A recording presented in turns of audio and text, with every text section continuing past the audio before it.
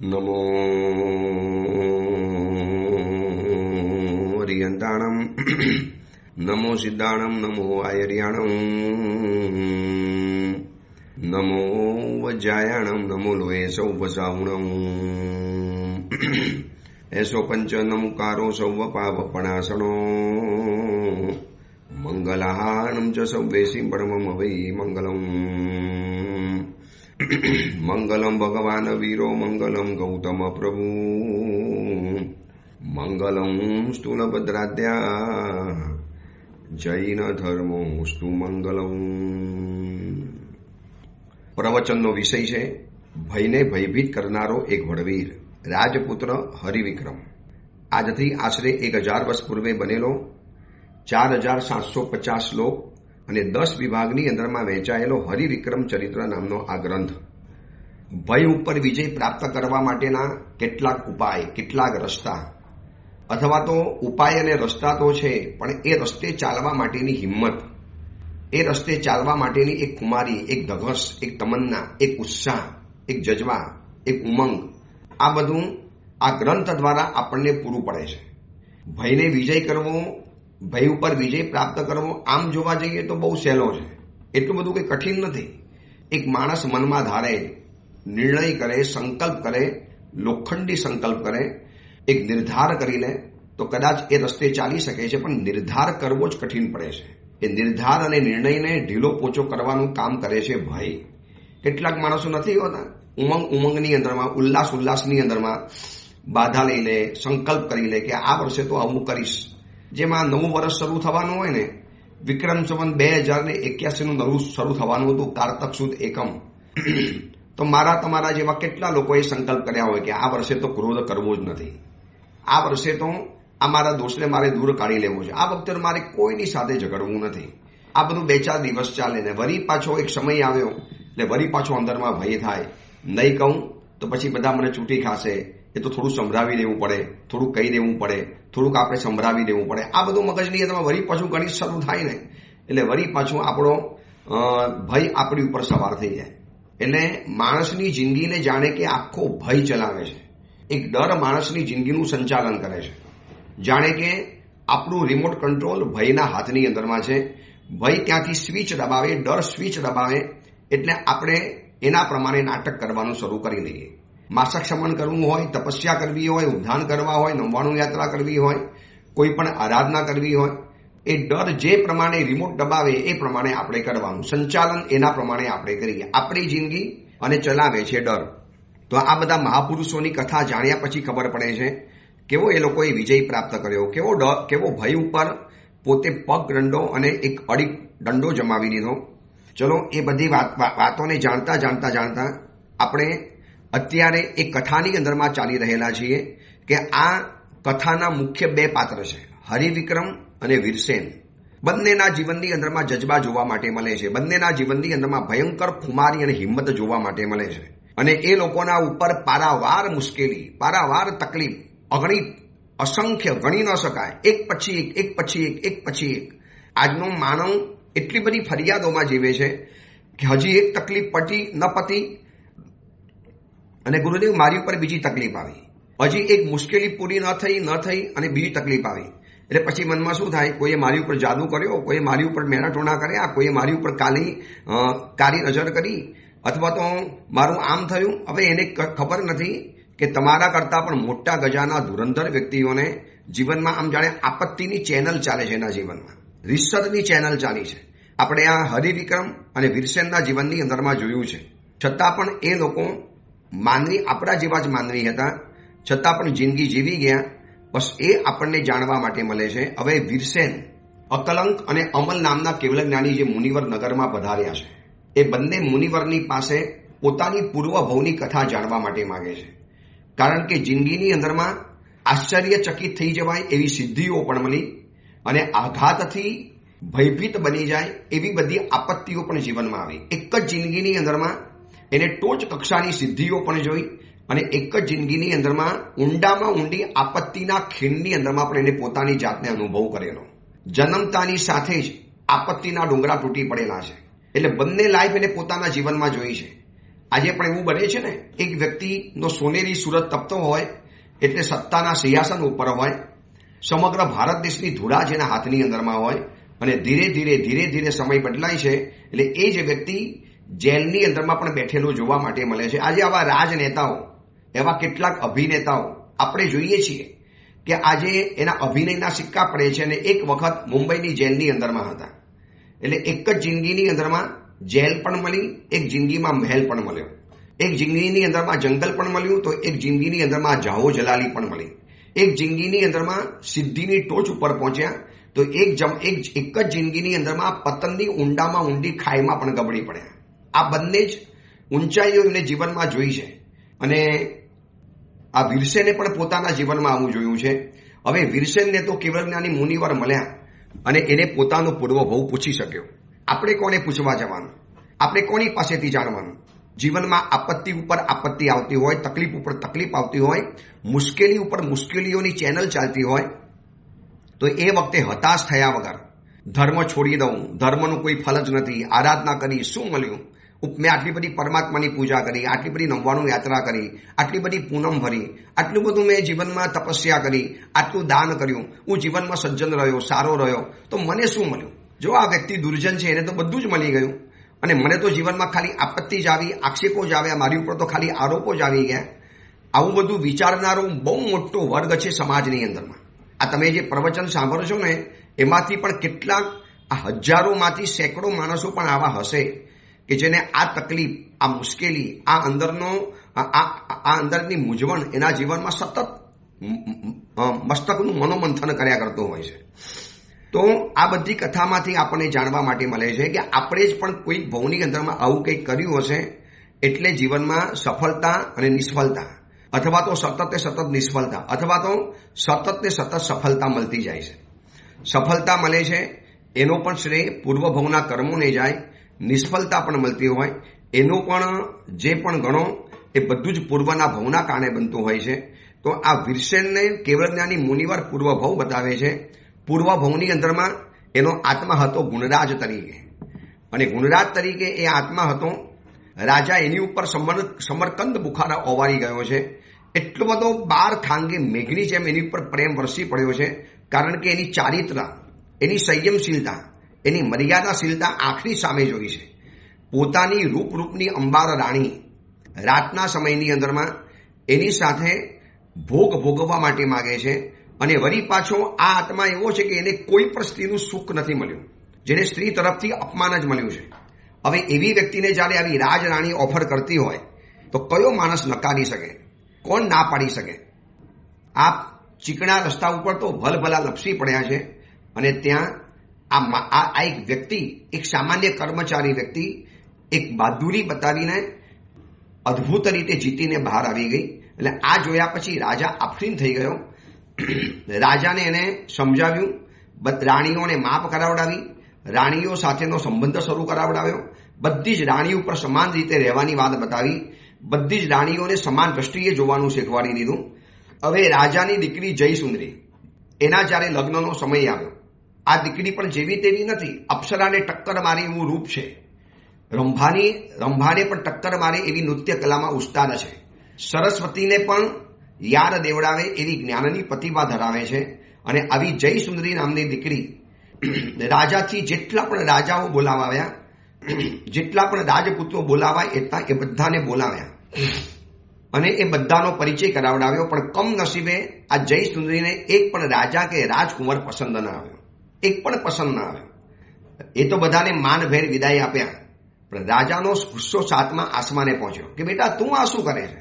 આટલા બધા નખરા લગ્ન કરવાની અંદરમાં તને એક ન ગમે, 2 ન ગમે, 15 ન ગમે, આટલા બધા મેં તારી સામે રાજપુત્રો અને રાજાઓ બંને હાજર કર્યા. એક રાજ્યના માલિક છે, કોઈ પરાક્રમી છે, કોઈ ભળવીર છે, કોઈ વીર છે, કોઈ ઉદાર છે, કોઈ ધનવાન છે, કોઈ રૂપવાન છે, કોઈ કલાવાન છે. અમારી તને એક પણ પસંદ ન પડે? કેમ આવું કર્યું? રાજાને ગુસ્સો પણ આવ્યો, રાણીએ શાંત કર્યો. પૂછો તો ખરા દીકરીને શું હશે? દીકરી ગાંડી તો નથી, સમજદાર છે, મોટી છે, વયસ્ક છે, ઉંમર લાયક છે. એટલે કંઈક તો એનું ધારાધોરણ હશે ને, કંઈક તો એની ચોઈસ હશે, કંઈક તો એની પસંદગી હશે. આજે પણ લગ્ન કરવાની અંદરમાં વર્તમાન સમયમાં દીકરા દીકરીઓના જે નખરા છે, જે નાટક છે, ચલો આ જય સુંદીનું નાટક તો આખું જુદું હતું, એ તો તમને આગળ સંભળાવીશ. પણ વર્તમાન સમયના દીકરા દીકરીઓના જે નાટક જોવા માટે મળે છે ને, હું આટલી રૂપારી છું તો સામે મને છોકરો આવો જ જોઈએ, હું આટલી ઊંચાઈ વાળી છું તો છોકરો આવો જોઈએ. ચલો એ પણ સમજ્યા, એ કદાચ જરૂરી છે. હું આટલું ભણી છું તો સામે આટલો ભણેલો હોવો જ જોઈએ. હું આ લાઈનમાં કામ કરું છું તો એને મને એ લાઈન વાળો છોકરો જોઈએ. હવે પછી એ છોકરો જૈનમાં ન મળે, પોતાના પરંપરાના ધર્મની અંદરમાં એ છોકરો ન મળે, જૈન હોય, બ્રાહ્મણ હોય, વૈષ્ણવ હોય કે કોઈ પણ સમાજની દીકરી હોય, એને પોતાના સમાજનો એ છોકરો ન મળે એટલે પોતાનો ધર્મ છોડવા પણ તૈયાર થઈ જાય. કેટલા ભવનું સુખ, આ લગ્નનું સુખ કેટલા ભવ ટકવાનું, અરે ભવ શું કેટલા વર્ષો ટકવાનું. આ શરીરના આકર્ષણ, આ વિષયોની ખણજ, આ શરીરની ભૂખ કેટલો વખત ટકવાનું. ભલભલાના રૂપ આત્મે છે, ભલભલાનું આકર્ષણ ઓસરી જાય છે. એક વખત આકર્ષણથી શરૂ કરેલો સંબંધ છેલ્લે અકળામણ જઈને પછી માણસનો સંબંધ છૂટી જાય છે. તો થોડા વર્ષો ટકવાનો આ શરીરના આકર્ષણો, રૂપ તો આમ પણ જાગવું પડી જવાનું છે. જોઈ લો, ભલભલી હિરોઈન એની યુવાનીમાં કેવી દેખાતી હતી અને આજે ઘરડી ઉંમરની અંદરમાં એના ફોટા જ્યારે આવે ત્યારે ખબર પડે કેવું રૂપ આથમી ગયું, કેવું સ્મિત કરમાઈ ગયું, કેવા એના શરીર ઉપરની કરચલીઓ આવી ગઈ. એક સમયે ઠુમકા લગાવીને નૃત્ય કરનારી હિરોઈન આજે ઘૂંટણના દુખાવાના કારણે ડગમગતી ચાલે છે. આ બધું જોયા પછી આટલા બધા નખરા કેમ? વ્યક્તિ સારો છે, સજ્જન છે, તમને સાચવે છે, પ્રમાણિક છે, પવિત્ર છે, આ બધું કશું જ નહીં જોવાનું. અરે સુરતની અંદરમાં છું, ચાતુર્માસ સુરતની અંદરમાં, મુંબઈમાં પણ હતો ત્યાં પણ આ જોયું, સુરતમાં પણ આ જ ઘટના જોઈ. એમાં માનો સુરતના સ્લમ એરિયાની અંદર, સ્લમ એરિયા નથી, ત્યાં રહેનારો છોકરો કમાય છે, પોતાનું ઘર છે, પોતાની દુકાન છે. એ કે મારે વેસુ સાઈડ નથી આવવું, એ કે મારે પાલમાં ઘર નથી લેવું, મારી દુકાન અહીંયાથી નજીક પડે છે, વેસુમાં ઘર લઉં એટલે મારે મારા ઘરથી 15 કિલોમીટરની મુસાફરી રોજ કરવાની. અહીંયા તો હું ચાલીને મારી દુકાનમાં જઈ શકું, ચાલીને માર્કેટ જઈ શકું છું. અને મારું પોતાનું અહીંયા એક ઘર છે, ભલે બંગલો નથી પણ જૂના ટાઈપનું મારું પોતાનું સ્પેશિયલ ઘર, જેમાં 3 માળ છે, 4 માળ છે. ગોપીપુરા, કતારગામ, અમરોલી આવા બધા સારા એરિયાની અંદરમાં રહું છું. અને એ એરિયાની અંદરમાં ભલે એરિયાનું નામ જરા નીચું ઉતરી ગયું હોય પણ અમારો પરિવાર વેલસેટ છે. અહીંયા આવો લગ્ન કરો, દીકરી ના પાડી દે. દીકરી કે એને કહો પેલા વેસુમાં ઘર લે પછી જ આપણે લગ્ન કરાવવાના, પહેલા એને કહો કે પાલ એરિયાની અંદરમાં ઘર લે પછી આપણે લગ્ન કરાવવાના. આ એટલું બધું ચક્કર ચાલે છે. અને આના કારણે સારા ધર્મિષ્ઠ પરિવારોને ગોપીપુરા જેવો એરિયા છોડી અને વેસુ કે પાલ એરિયાની અંદરમાં મજબૂરીના કારણે જવું પડ્યું છે. દીકરી છે, લગ્ન કરાવવા છે, સામેના વાળાની જીત છે કે તમે વેસુમાં રહો તો જ અમે તમારી લગ્ન કરાવે. અરે ભાઈ, તમારે દીકરી સાથે લગ્ન કરવા છે. હવે આ બાજુ દીકરીના પરિવારના પણ આવા આગ્રહ હોય છે, દીકરાના પરિવારના પણ આવા આગ્રહ હોય છે. અરે એટલું બધું ગાણપણ ચાલે છે. ઘરમાં જોવા માટે આવે અને પછી જોવે ને કે ઘરની અંદરમાં તો ઉપકરણો વધારે છે, ચરવડા, કટાસના, મૂપત્તી, આ બધું ઘરમાં થેલીઓ લટકે છે. એ કે મમ્મી આ તો છે ને બહુ ધર્મિષ્ઠ ઘર છે, પછી આ ઘરમાં આપણને ન ભાવે. અથવા તો દીકરી હા પડે તો મમ્મી વાળી શું કે બેટા આ તો બહુ ધર્મિષ્ઠ ઘર છે, અહીંયા તો ધર્મ જ કરવો પડશે. તો ધર્મ કરવો પાપ છે? શું ધર્મ કરવો એ કોઈ અપરાધ ગણાય છે? અરે એવું સાંભળ્યું છે કે લગ્નને જોવા માટે, એટલે દીકરાને જોવા માટે કન્યાની સાથે પિતાજી છોકરાના ઘરની અંદરમાં ગયા તો દીકરાએ જોયું તો કે જે છોકરીની સાથે લગ્નની વાત ચાલે છે ને એના પપ્પાના ડીપીની અંદરમાં એક પરમાત્માનો ફોટો છે અને રિંગટોનની અંદરમાં ભગવાનનું ગીત વાગ્યું. એટલે દીકરાએ કહી દીધું કે આ તો છે ને બહુ ધર્મિષ્ઠ પિતાજી છે, મને એની સાથે નહીં ભાવે. પણ બાબા તારે લગ્ન કરવા છે છોકરી સાથે, છોકરીનું ડીપી જોઈ લે, એનું બહારનું પેજ જોઈ લે, મોબાઈલનું સ્ક્રીન વોલ જે તમે કહો છો વોલપેપર, એ તમે તપાસી લો. તમારે લગ્ન કરવા છે છોકરી સાથે, એમાં એના પપ્પાએ સ્તવન રિંગટોનમાં નાખ્યું કે ભગવાનનો ફોટો ડીપી ઉપર કે વોલપેપર ઉપર રાખ્યો. એમાં તમને શું તકલીફ પડે છે? બોલો, અહીં સુધી માણસ ચીકણાશ કરવા તૈયાર થાય છે. આજે લગ્નની એટલી બધી રામાયણ ઊભી થઈ છે કે કજોડા ભેગા થાય, આટલું બધું જોવે. ધર્મ તો કેન્દ્રમાં છે જ નહીં, માત્ર રંગરાગ કેન્દ્રની અંદરમાં છે, માત્ર શરીરનો બાહ્ય દેખાવ કેન્દ્રની અંદરમાં છે. અને આવું કરીને ભેગા થયેલા કેટલાય માણસો થોડા સમયમાં તો છૂટા પડી જાય અથવા તો ઝઘડીને સંકલેશ કરીને જિંદગી પોતાની પૂરી કરતા હોય છે. શું હાથની અંદરમાં આવવાનું? આ હવે સાંભળજો, આ જય સુંદરીનો જવાબ શું છે. જય સુંદરી કહે છે કે પિતાજી આપ જ્યારે મને પૂછો છો ને કે તારી બેટા શું ઈચ્છા છે, સ્વયંવરમાં આટલા બધા રાજાઓ આવ્યા તેમાંથી એક તને કોઈ પસંદ ન પડ્યો તો તારા માતા પિતાના પુષ્કળ કહેવાથી મનમાં તું દુઃખી થઈ મેં તને દુઃખી કરી, બરોબર છે, મારો આવેશ આવી ગયો, પણ મને હવે એ જણાવીશ કે તે ના પાડવાનું કારણ શું? તે કેમ ના પાડી? આટલા બધા છોકરાઓમાં તને કોઈ છોકરો પસંદ કેમ ન પડ્યો? તારી ના પાડવાનું કારણ શું? એટલે એ વખતે જયસુંદરી કહે છે કે આ સ્વયંવરમાં જેટલા પણ રાજાઓ આવેલા હતા ને એ બધા ઘણી બધી સ્ત્રીઓની અંદરમાં આસક્ત હતા. મેં બધાનું જ્યારે એ લોકોએ પોતાનો બાયોડેટા બતાવ્યો ને, પિતાજી કોકને એક રાણી ઓલરેડી છે, કોકને 5 રાણી ઓલરેડી છે, કોકને હાલમાં 15 રાણીઓ પણ છે, 20 રાણીઓ પણ છે, અને મને પરણવા માટે આવ્યો છે. આવતીકાલે મારા કરતાં પણ કોઈ સારી છોકરી મળશે તો પરણવા માટે જવાના. તો પિતાજી સ્ત્રીઓની અંદરમાં આસક્ત પુરુષની સાથે મારે લગ્ન કેમ કરવાના? શું કોઈ એવો પુરુષ ન મળી શકે કે જેને પોતાની એક સ્થિતિ સંતોષ મળી જાય? અને આ જયસુંદરીએ એવો બોમ્બ ધડાકો કર્યો. પિતાજી ઓલરેડી સ્ત્રીઓ સાથેનું સુખ માણી લીધું છે, સંતાનો પેદા થઈ ચૂકેલા છે, મારા કરતાં મોટી ઉંમર છે, છતાં પણ એ લોકો મને લગ્ન કરવા માટે મારી પાસે આવ્યા. પિતાજી હું કેવી રીતે કરું? હું જાણી જોઈને મારી પગ ઉપર કુહાડી મારું? પિતાજી હું જોઉં છું આપે પણ કેટલી બધી રાણીઓ કરી છે, મારી માને પણ કેટલી બધી માતાઓ છે, મારી બીજી કેટલી સૌખ્ય માતા છે, એ બધીને દુઃખી થઈને જોઉં છું. પિતાજી મને પસંદ નથી. એક રાજા એવો મને નથી મળ્યો કે જેને એક જ રાણી કરવાની હોય. ચલો બીજી વાત, જેટલા પણ રાજપુત્રો હતા એ બધા રાજપુત્રોની પણ નજરની અંદરમાં વિષય વાસનાઓ હતી. એ લોકોને ખાલી માત્ર મારું શરીર જોવું ગમતું હતું. કોઈએ મારી કલા નથી પૂછી. કોઈએ એમ કીધું કે ચલો જયસુંદરી તારી કલા બતાવી આપ, તું નૃત્ય કલા બતાવું, તારી જે આવતી કલા, વીણા કલા, ગાવાની કલા. લોકોને માત્ર મારા શરીરની અંદરમાં રસ હતો. એ લોકોની આંખો મારા શરીરના અંગ ઉપાંગ ઉપર ફરતી હતી. એ લોકોની નજર મારા શરીરની આજુબાજુમાં મારા શરીરની ભૂગોળની અંદરમાં ફરતી હતી. એ લોકોને જયસુંદરી નથી ગમતી, જયસુંદરીની પાસે રહેલું સારું રૂપારું બદન ગમે છે, એને સારું શરીર ગમે છે. પિતાજી એ લોકોની આંખોની અંદરમાં મેં વાસનાના સાપોલિયા રમતા જોયા. એ લોકોની આંખની અંદરમાં વાસનાઓના વરુ ડોકાતા જોયા. પિતાજી આવા એક વ્યક્તિની સાથે મારે જિંદગી જોડી દેવાની, મારે એને શરીર ધરી દેવાનું, જાણે માત્ર એને શરીરની ભૂખ છે, એને કોઈ બીજો સંબંધ, એક પ્રેમ ભર્યો સંબંધ. પિતાજી આ બધાની આંખો, આ બધાનો વ્યવહાર, રાજાઓ તો મને ગમ્યા જ નથી. હજી એકાદ રાણીથી સંતોષ પામતા હોય ને તો વાત બરોબર છે. શું એવું નક્કી કર્યું હતું કે જયસુંદરી સાથે લગ્ન કર્યા પછી બીજા કોઈની પણ સાથે નહીં? અને પિતાજી અમે સ્ત્રીઓ છીએ, અમારે અનેક પુરુષો, એક પુરુષને અનેક સ્ત્રીઓ હોય એની સાથે અમારે લગ્ન કરવાના, અને સ્ત્રીઓના માટે નિયમ કે માત્ર એક જ પુરુષ. ચલો મેં પણ સ્વીકાર્યું, પરંપરા છે, આપણી આર્ય પરંપરા છે, ભારતીય પરંપરા છે, તો ખાલી સ્ત્રીઓ માટે જ કેમ નિયમ, પુરુષો માટે આ નિયમ નહીં? પિતાજી શું પુરુષોને પણ આ નિયમ લાગુ ન પડે? અમારે સ્ત્રીઓએ એક પુરુષને વફાદાર રહેવાનું, અને પુરુષો દાસીઓ સાથે પણ ફરી શકે, એને મન ભાવે તો ગમે તારે કોઈ પણ રાજકન્યા સાથે લગ્ન કરી શકે. પિતાજી એવા રાજાઓ મને લગ્ન કરવા ચાહતા હતા કે જેને ઓલરેડી 3, 5 અને 15 સંતાનો થઈ ચૂકેલા છે. પિતાજી શું સુખ આપી શકશે મને એ લોકો? આપ નારાજ થયા છો મને ખબર છે, આપ નારાજ થવાના હતા એ પણ મને ખબર છે. પિતાજી મહેરબાની કરીને, હું એવી સ્ત્રી નથી ચીલાચાલ, મને કોઈ વિષય વાસનાઓની એટલી બધી ઈચ્છા નથી, હું સંયમ જીવન નથી લઈ શકતી, એ મારી નબળી કડી છે. પણ લગ્ન કરીશ તો એવાની સાથે કરીશ કે જેને એક સ્થિતિ સંતોષ હોય. સ્વદારા સંતોષ વ્રત, સાવક જીવનના જે વ્રત આવે છે ને, શું આ જયસુંદરીની વિચારણા છે?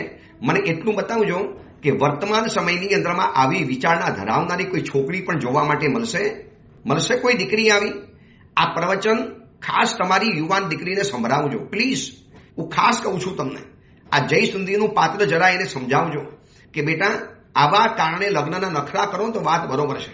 અને આજે એવી મને ઘણી સુશીલ કન્યાઓ મળે છે, શિબિરો દ્વારા જે પરિચયમાં આવે છે, પ્રવચનો દ્વારા, માતા પિતાઓ દ્વારા જે પરિવાર સાથે આવે છે, અને કન્યા કે ગુરુદેવ લગ્ન કરવા માટે જઉં છું. જ્યારે મીટિંગ, હવે તો જમાનો એવો છે કે છોકરા છોકરી એકાંતમાં એકલા મળી શકે છે. સાહેબ મળે છે તારે પૂછું છું, એવા બધા ખાવાના શોખ, એટલી બધી અભક્ષ વસ્તુઓ ખાય. અને ગુરુદેવ વ્યસન વગરના છોકરાઓ તો લગભગ બહુ રેર કેસમાં જોવા માટે મળશે. એમાં શ્રીમંત પરિવાર તો લગભગ ભૂલી જવાનું. એમાં બહુ દુઃખ સાથે કહેવું પડે છે. આ ઓડિયો બંચના પ્રવચન ઉપરથી બહુ દુઃખ સાથે કહું છું. હું મારી શિબિરોમાં રોજિંદા ક્યારેક યુવાનોના પ્રવચનમાં લોકોને સમજાવું છું એટલા દુઃખ સાથે કહેવું પડે છે કે જૈનોના ઘરની અંદરમાં રાત્રિ ભોજન આવ્યું હતું, ચલો એ સમજ્યા. જમીન કંદ આવ્યું હતું, ચલો એ તો દુઃખની બાબત હતી. હવે જૈન શ્રીમંત અમીર પરિવારોના ઘરની અંદરમાં શરાબ, વિસ્કી આ બધું એકદમ કોમન અને નોર્મલ થવા માંડ્યું છે. અરે જૈનોના લગ્નોની અંદરમાં પણ હવે આ બધું બંધ બારણે કેટલીક જગ્યાએ તો ઉઘાડે છોગ ચાલતું હોય છે. જૈન પરિવારના લગ્નમાં કહું છું, તમે પણ આવા લગ્નની અંદરમાં ક્યારેક ગયા હશો, તમે પણ આવા લગ્નો ક્યારેક એટેન્ડ કર્યા હશે, તમે પણ આવા લગ્નોની અંદરમાં ક્યારેક હાજર રહ્યા હશો અને જોયું હશે અને છાતી ફાટી જાય, દિલની અંદરમાં ઘા વાગે. આ ભગવાન મહાવીરનું શાસન મળ્યું, સર્વજ્ઞનો ધર્મ મળ્યો, સર્વજ્ઞ પ્રણીત ધર્મ મળ્યા પછી પણ આ હાલત, આ જિંદગીની આટલી જિંદગી નીચે ઉતરી જવાની. એક લગ્નની અંદરમાં શરાબની પાર્ટીનું આયોજન થાય, લગ્નની અંદરમાં અભક્ષ વસ્તુઓ બે રોકટોક ખવાય, જાણે કે લગ્ન એટલે જાણે કે બસ બધા પાપ માફ થઈ જવાના. કેટલા વર્ષ ટકવાના, લગ્ન કેટલા વર્ષ રહેવાના. આ જય સુંદરીની વાત સાંભળવા જેવી છે કે જય સુંદરીની જે વિચારણા છે કે પિતાજી એક પણ રાજા પતિવ્રતા ન મળ્યો, પત્નીવ્રતા ન મળ્યો. ચલો અમારી સ્ત્રીઓએ પતિવ્રતા થવાનું, તો પુરુષોએ પત્નીવ્રતા થવાનું કે નહીં થવાનું. અને જેટલા પણ રાજપુત્રો આવ્યા હતા, પિતાજી સમજુ છું પરાક્રમી હતા, બાહોશ હતા, ચતુર હતા, દેખાવડા હતા, સુંદર હતા, મારી હરોળમાં ઊભા રહી શકે એવા પણ હતા, યુદ્ધ કલાની અંદરમાં કુશળ હતા. પણ ચારિત્રશીલ ન હોય, જીવનમાં સંયમ ન હોય, જીવનમાં મર્યાદા ન હોય, જીવનમાં ઇન્દ્રિયો ઉપરનો વિજય ન હોય, તો પિતાજી શું કરવાનું. અને આ સાંભળ્યા પછી પિતાજી તો આભા બની ગયા, જય સુંદરીને જોતા રહી ગયા. અચ્છા, એટલે દીકરી આના કારણે બધાને ના પાડતી હતી, પિતાજી હું તો એવા પુરુષ સાથે લગ્ન કરીશ કે જે ચારિત્ર સંપન્ન હોય, સુશીલ હોય, મર્યાદાવાન હોય, જેને પોતાના જીવનની અંદરમાં સ્વદારા સંતોષ વ્રત લેવાનું નક્કી કર્યું હોય. આપણી પરંપરામાં કહેવાય છે ને, જૈન પરંપરામાં આવે છે કે ભગવાન રામચંદ્રજી એક પત્ની વ્રતા હતા, સીતા એક પત્ની હતી. કેટલીક જગ્યાએ ચારના ઉલ્લેખ આવે છે, પણ બહુ રેર કેસમાં આવે છે. લગભગ સીતા એક જ પત્ની એમને કરેલી, બાકી રાજા રામ હતા એની સાથે તો કેટલી કન્યાઓ તૈયાર થઈ જાય. અરે એની સાથે ખાલી રહેવા માટે મળે ને તો પણ કરોડો સ્ત્રીઓ તૈયાર થઈ જાય. પણ મર્યાદા પુરુષોત્તમ રામ હતા અને એને ખાલી એક જ પત્ની વ્રત સ્વીકારેલું હતું. હવે આ સાંભળ્યા પછી પિતાજીએ કીધું કે બેટા, જો તું આવું જ વિચારતી હોય અને જો તું એવું ચાહતી હોય કે એક જ સ્ત્રી સાથે જેને સંતોષ હોય, જે સંયમી હોય, સુશીલ હોય, મર્યાદાશીલ હોય, એની સાથે જ લગ્ન કરવા છે, તો બેટા એક તને વાત કરું, ગુસ્સો નહીં કરતી, પણ મારી નજરની અંદરમાં આપણા ત્યાં રહેલો જે ગુણરાજ છે ને, ગુણરાજ એ આવો છે, આવો ગુણોનો ભંડાર છે. હું તને કહી નથી શકતો, પણ મેં એની પરીક્ષા કરી છે. એ જે સંયમી છે, એ જે મર્યાદાશીલ છે, અને એવો ભલે એની પાસે રૂપ નથી, સૌંદર્ય નથી, દેખાવ નથી, એની પાસે કદાચ એવી કોઈ બીજી આવડત નથી, પણ તું જે ચાહે છે ને કે એક પુરુષ એક સ્ત્રી ઉપર સ્નેહાર હોય, સ્ત્રી દાક્ષિણ્યથી ભરેલો હોય, સ્ત્રીઓનું ક્યારે અપમાન ન કરે, જાહેરમાં ક્યારે ઉતારી ન પાડે, લોકોની વચની અંદરમાં બેસ, તને શું અક્કલ પડે, તારા બુદ્ધિ જેવું છે, તારા બાપે તને કંઈ શીખવાડ્યું છે, બેસી રહે, તારે વચ્ચે બોલવા નથી બોલવાનું, આવું જાહેરમાં અસભ્ય રીતે પત્નીઓને ઉતારી ન પાડે. આજે હવે કેટલી સાવિકાઓ અમારી પાસે આવે, સાહેબ આપના શ્રાવક આપનાથી નિકટમાં આવ્યા છે, આપનાથી જોડાયા છે, સાહેબ છોકરાઓની સામે મારું અપમાન કરી નાખે, ઘરમાં નોકરોની સામે મારું અપમાન કરે. સાહેબ નોકરો પણ મારું અપમાન કરે જ ને. હું એ પુરુષોને કહું છું કે સ્ત્રી કદાચ સ્વભાવથી ખરેખર ખરાબ હોઈ શકે છે, પણ એને બધાની સામે ઉતારી નહીં પાડો, એને પણ સ્ત્રી દાક્ષિણ્ય આપો, એને પણ તમે સાચવો, એને પણ સંભાળો, એને પણ એક રિસ્પેક્ટની જરૂરિયાત છે. એટલે બેટા મારી નજરમાં તો આ ગુણરાજ છે, ખરેખર તારે એને પરણી જવું જોઈએ. જા, એની સાથે પરણી જા. પિતાજી કદાચ ક્રોધથી પણ બોલ્યા હોય કે જે પણ બોલ્યા હોય, છેલ્લે કદાચ ટોન્ટ પણ માર્યો હોય, બેટા જો માગતી હોય તો આ છે તારી પાસે, એ સિવાય બીજું કોઈ નથી. એટલે મેં એક જગ્યાએ હાસ્ય લેખકની પુસ્તકમાં વાંચ્યું હતું કે એક કન્યાએ ભગવાનને પ્રાર્થના કરી કે મને પતિ એવો જોઈએ કે જે સતત મને સાથે રાખે, જે મારી સાથે ને સાથે ફરે, જે મારી સાથે સૂઈ જાય, ઉઠ્યા પછી સૌથી પહેલા મને જ જોવે, મારા વગર એને ચેન ન પડે, મને સહેજ ખરોચ પણ આવે, નાનો ઘા પણ વાગે તો ઊંચો નીચો થઈ જાય, બસ મારા પતિને આવું બનાવી દો. અને એ સ્ત્રીનો પતિ સીધો સ્માર્ટફોન બની ગયો, મોબાઈલ બની ગયો. ખરેખર તો મોબાઈલ જ આવો હોય કે જે તમારી સાથે રહે, બધી જગ્યાએ સાથે રહે, સૂતા પણ બાજુની અંદરમાં રહે, અને એની ઉપર સહેજ ખરોચ આવે તો માણસ ઊંચો નીચો થઈ જાય, એ સિવાય તો બીજું કોઈ નથી. એટલે બેટા હું તને કહું છું, કદાચ તને નહીં ગમે, તને મારું અપમાન જેવું લાગશે, પણ ગુણરાજની સાથે કરી જો. બાકી એ સિવાયના બીજા કોઈ રાજા, તું મને પણ જોઈ લે છે કે મારે પણ ઘણી રાણીઓ છે, તારી માને પણ કેટલી બધી સૌખ્ય રાણીઓ છે. એટલે તું કહેતી હોય તો ગુણરાજને હું વાત કરું. હવે ક્યાં જય સુંદરી અને ક્યાં ગુણરાજ? આપણે ગુણરાજનું આ બધું વર્ણન સાંભળ્યું છે ને, એનું શરીર કેવું બેઢંગું, કેવું કદરૂપું શરીર. એની પોતાની સ્ત્રી હતી, એ પોતે એને છોડીને ભાગી ગઈ, મંજુલા નામની, અને કરોડો રૂપિયા આપવા તૈયાર થતો હતો, છતાં પણ એક સ્ત્રી એની સામે જોવા પણ તૈયાર નથી. હવે રાજા કહે છે કે તારા માટે આ યોગ્ય પુરુષ આ ગુણરાજ છે. છોકરી કહે છે કે પિતાજી આપ આજ્ઞા કરશો તો હું ના નહીં પાડું. અગર આપ કહેતા હો કે જો એ પ્રમાણે એ પુરુષ છે તો એને હું વાત કરી જાઉં. બાકી તું જેવો મર્યાદાશીલ પુરુષ માંગે છે ને એવો રાજાઓમાં તો જોવા માટે નહીં મળે. રાજા એટલે વર્તમાન સમયની અંદરમાં શ્રીમંત વર્ગ લેવાનો. શ્રીમંત વર્ગની અંદરમાં આવી મર્યાદા, આવી શરમ કે આવા નીતિ નિયમ લગભગ બહુ રેર કેસ, બહુ ઓછામાં જોવા માટે મળે છે.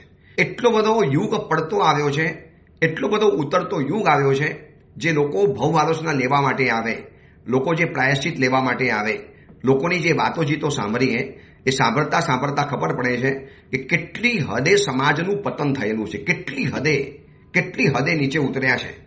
એક શરીરનું સુખ પ્રાપ્ત કરવા માટે માણસ ભૂંડની જેમ બધી જગ્યાની અંદરમાં માથું અને બધી જગ્યાની અંદરમાં ખાવા માટે ધસી પડ્યો છે. એ બિઝનેસ ટૂર ઉપર જાય ત્યાં પણ વ્યભિચાર કરીને આવે, એ બિઝનેસ માટે મીટિંગ કરવા જાય ત્યાં પણ વ્યભિચાર કરીને આવે. શ્રીમંત પરિવારમાં તો જાણે આનો કોઈ છોછ જ નથી રહ્યો. અને શ્રીમંત પરિવારના જે દીકરા છે, જે દેવગુરુથી દૂર છે, આવા પ્રવચનો જે સાંભળતા નથી, જે શિબિરોમાં નથી આવતા, જે પ્રભુના દેરાસરથી પણ દૂર છે, જેને માત્ર પિતાના ગતભવના પુણ્યના કારણે આ ભૂમાં શ્રીમંતાઈ મળી ગઈ છે, એવા દીકરાઓની જિંદગી મેં સુરત અને મુંબઈની અંદરમાં જોઈ છે, શબ્દોથી બોલી ન શકાય એટલી હદે પાયમાલી જીવનની અંદરમાં કરી બતાવી છે. એટલે જયસુંદરીના પિતાજી રાજા કહે છે કે બેટા તારા માટે હવે યોગ્ય વર બચ્યો છે તો એ ગુણરાજ બચ્યો છે, બોલ હું તને એને વાત કરું. હવે જયસુંદરી કહે છે કે પિતાજી કરો, મારા માટે કોઈ રૂપ મહત્વનું નથી, મારા માટે મહત્વનું હોય તો સ્ત્રી દાક્ષિણ્ય, સ્ત્રીનું સન્માન, સ્ત્રીને સાચવે, સ્ત્રીનું પણ એક દિલ હોય છે. અને અમારે જ્યારે નિયમ છે કે એક પતિવ્રતા હોય તો મારે પણ પુરુષ એવો જોઈએ કે જે એક જ પતિવ્રતા હોય, એક જ પત્ની સાથે જે પોતાનું જીવન ચલાવે. બેટા હું તને ગેરંટી સાથે કહી શકું કે આ ગુણરાજ ખરેખર એવો માણસ છે. ભલે રાજપુત્ર નથી, ભલે એની પાસે શરીરનું સૌંદર્ય નથી, ભલે રાજ પરંપરામાં નથી જન્મ્યો, ભલે કદાચ ક્ષત્રિય નથી, પણ બેટા જેવું નામ છે એવું એનું ગુણ છે, ગુણરાજ નામ છે. તું કહેતી હોય તો એને વાત કરું. દીકરીએ કીધું પિતાજી આપને જે ઠીક લાગે એ પ્રમાણે, આપ જે પ્રમાણે કહો એ પ્રમાણે હું કરવા તૈયાર છું. અને એક દિવસ રાજાએ ગુણરાજને બોલાવ્યો. દેખ ગુણરાજ, એક તને મારે વાત કરવી છે. અરે રાજન, આપ મારા માલિક છો? નહીં ગુણરાજ, જે દિવસથી મેં તારી ચારિત્રશીલતા જોઈ છે ને, હું તારા ગુણથી ખરીરાઈ ગયો છું. તું ખરેખર મારો ગુરુ બની શકે એમ છે. તારે મારું એક કામ કરવાનું છે. મારી એક દીકરી છે રાજપુત્રી જયસુંદરી, એના લગ્ન મારે તારી સાથે કરાવવા છે. અને ગુણરાજને તો જાણે કે ભૂકંપનો આંચકો લાગ્યો. એક જમાનામાં નોકરડી પણ જેની સાથે જોડાવા તૈયાર નથી. એક જમાનાની અંદરમાં વંજુલા જેવી સ્ત્રી પણ જેને છોડીને ભાગી ગઈ હતી. એક જમાનાની અંદરમાં એક સમય એવો હતો જિંદગીની અંદરમાં કે લાખો રૂપિયા આપવા છતાં પણ એક સામાન્ય સ્ત્રીની સામે જોવા તૈયાર નથી. અને જયસુંદરી એ જોવે છે જયસુંદરીને, એનો સ્વયંવર એને જોયો છે, રાજમહેલનો કર્મચારી છે. એને જયસુંદરીની આભા, એનું તેજ, એની પ્રતિભા, એનું નૃત્ય, એની કલા, એનું રૂપ, એનો વિનય, એની સમજદારી જોઈ છે. બીજી બધી કન્યાઓ કરતા જયસુંદરી અલગ છે. અને એ કહે છે કે રાજન મારી મજાક કરો છો? અરે ગુણરાજ, હું તારી મજાક કરું? તું મારા ગુરુતુલ્ય વ્યક્તિ છે, હું તારી મજાક નથી કરતો. હું કહેલો તારા સમ ખાઈને તને કહી શકું છું કે જો મારી જયસુંદરી તૈયાર છે, તું તૈયાર છે, મારે પરાણે નથી કરાવવું, પણ જો તું સ્વીકારે ને મારી જયસુંદરીને પણ આવો જ પુરુષ જોઈએ છે, જે મર્યાદાશીલ હોય, ચારિત્ર સંપન્ન હોય. અને તારું ચારિત્ર તો મેં જોયું છે. રાતના અંધકારની અંદરમાં પણ જે વ્યક્તિનું ચારિત્ર આટલું ચોખ્ખું હોય એ બપોરના દિવસે તો કેવો શુદ્ધ વ્યક્તિ હોય.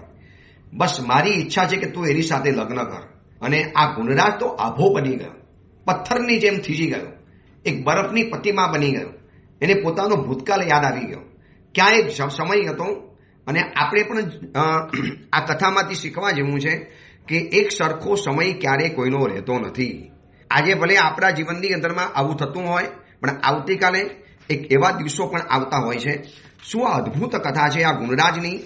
આ વીરસેનનો પૂર્વભાવ કેટલો જ્વાજલ્યમાન છે, કેવી અદ્ભુત કથા છે, કેવા કથાની અંદરમાં ટ્વિસ્ટ અને પરિવર્તનો આવે છે. ક્યાં એક સમયની અંદરમાં દરની ઠોકર ખાનારો ગુણરાજ, ક્યાં એક સમયની અંદરમાં આપઘાત કરવા તૈયાર થયેલો ગુણરાજ, ક્યાં એક સમયની અંદરમાં જંગલમાં ભટકી ગયેલો ગુણરાજ, ક્યાં એક સમયની અંદરમાં વંજુલા જેવી સ્થિતિ તરછોડાયેલો ગુણરાજ, ક્યાં એક સમયની અંદરમાં સંસારના સંતાપોથી સર્ગેલો ગુણરાજ, અને ક્યાં આજે રાજાનો વિશ્વાસપાત્ર ગુણરાજ, એક જયસુંદી જેવી કલા સંપન્ન સર્વાંગ સંપૂર્ણ સ્ત્રી, એની સાથે લગ્ન કરવાનો ઊભો થયો છે મોકો. અને ગુણરાજ કહે છે કે રાજન, આપે મારી ઉપર જ્યારે આટલો બધો વિશ્વાસ મૂક્યો છે અને આપ જ્યારે આટલો બધો આગ્રહ કરો છો, હું ના તો નથી પાડી શકતો, પણ એક વખત જયસુંદીને આપ પૂછી લેજો. એને મને જોયો તો છે, જો મારી અંદરમાં કોઈ વિશેષતા નથી. રાજા કહે છે કે ગુણરાજ, તારી અંદરમાં જે વિશેષતા છે ને એવી બીજા કોઈમાં નથી. જો હોત ને તો મારી જયસુંદરી આ બધાને ના ન પાડી દીધી હોત. એ બધામાં જે વિશેષતા નથી એ વિશેષતા તારામાં છે. અને મેં મારી દીકરીને કીધું કે બેટા જો આ તારા માટે ઉત્તમ પાત્ર છે, અને પોતે હા પાડી છે. મારી દીકરીને પણ રૂપ નથી જોઈતું, સૌંદર્ય નથી જોઈતું. એ વ્યક્તિને જોઈએ છે તો રિસ્પેક્ટ, સ્ત્રી દાક્ષિણ્ય, એને એક ધર્મ આરાધના, એક સરસ પ્રજાનું ગૃહસ્થ જીવન જોઈએ છે. આ જયસુંદીની કથા, આ જયસુંદીની આ વાતો, જયસુંદીના આ વિચારો, આ પ્રવચન ખાસ તમારી યુવાન દીકરીને અથવા તો તમારા પરિવારમાં, રિશ્તેદારોમાં, સંબંધીઓમાં જેના ઘરે આ યુવાન દીકરી હોય એના માતા પિતાને આટલો ભાગ કટિંગ કરીને અથવા તો આખું પ્રવચન મોકલજો કે આ સાંભળવા જેવી વાત છે. એ ગુરુદેવના પ્રવચનમાં મેં આ સાંભળી છે વાત, આ તમારી યુવાન દીકરીને સંભળાવવા જેવી છે. ચલો એ અંગેની બીજી મહત્વની વાત આપણે આવતીકાલે કરીશું. એ જ મંગલ કામના, મંગલ ભાવના. જીનાગના વિરુદ્ધ કાંઈ પણ બોલાયું હોય તો મિચ્છ